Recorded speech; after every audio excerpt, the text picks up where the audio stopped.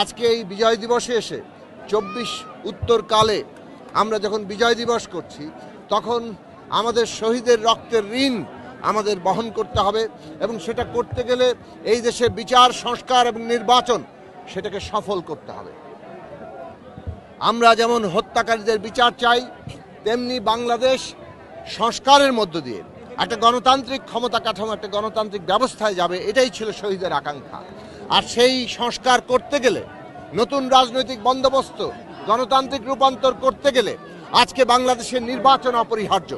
কিন্তু আমরা দেখতে পাচ্ছি পতিত ফ্যাসিস্টরা, তাদের দেশি বিদেশি যারা পৃষ্ঠপোষক, তারা আজকে আমাদের অভ্যুত্থানের অর্জনকে ব্যর্থ করে দিতে চাইছে।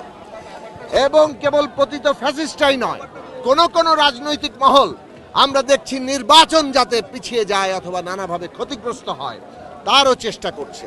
আমরা পরিষ্কারভাবে মনে করি বিচার, সংস্কার, নির্বাচন এই মুহূর্তে বাংলাদেশের প্রধান জাতীয় স্বার্থ, এবং যারাই সংস্কার এবং নির্বাচনকে আজকে কোনোভাবে ব্যাহত করবে তারা বাংলাদেশের স্বার্থের বিরুদ্ধে, জনগণের স্বার্থের বিরুদ্ধে অবস্থান নেবে, অভ্যুত্থানের আকাঙ্ক্ষার বিরুদ্ধে অবস্থান নেবে।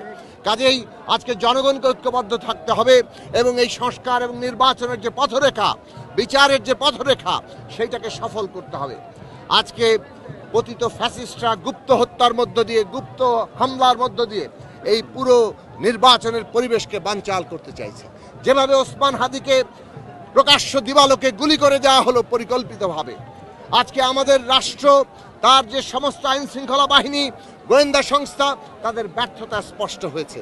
আমরা পরিষ্কার করে বলতে চাই, রাষ্ট্রের দায়িত্ব নিয়ে যারা দায়িত্ব অবহেলা করছেন তাদেরকে চিহ্নিত করে অবিলম্বে তাদের বিরুদ্ধে ব্যবস্থা নিতে হবে এবং নির্বাচনের পরিবেশকে ক্ষতিগ্রস্ত করে এখন যে কোনো তৎপরতাকে আজকে কঠোরভাবে প্রতিরোধ করতে হবে এবং বাংলাদেশের নির্বাচনকে সফল করতে হবে।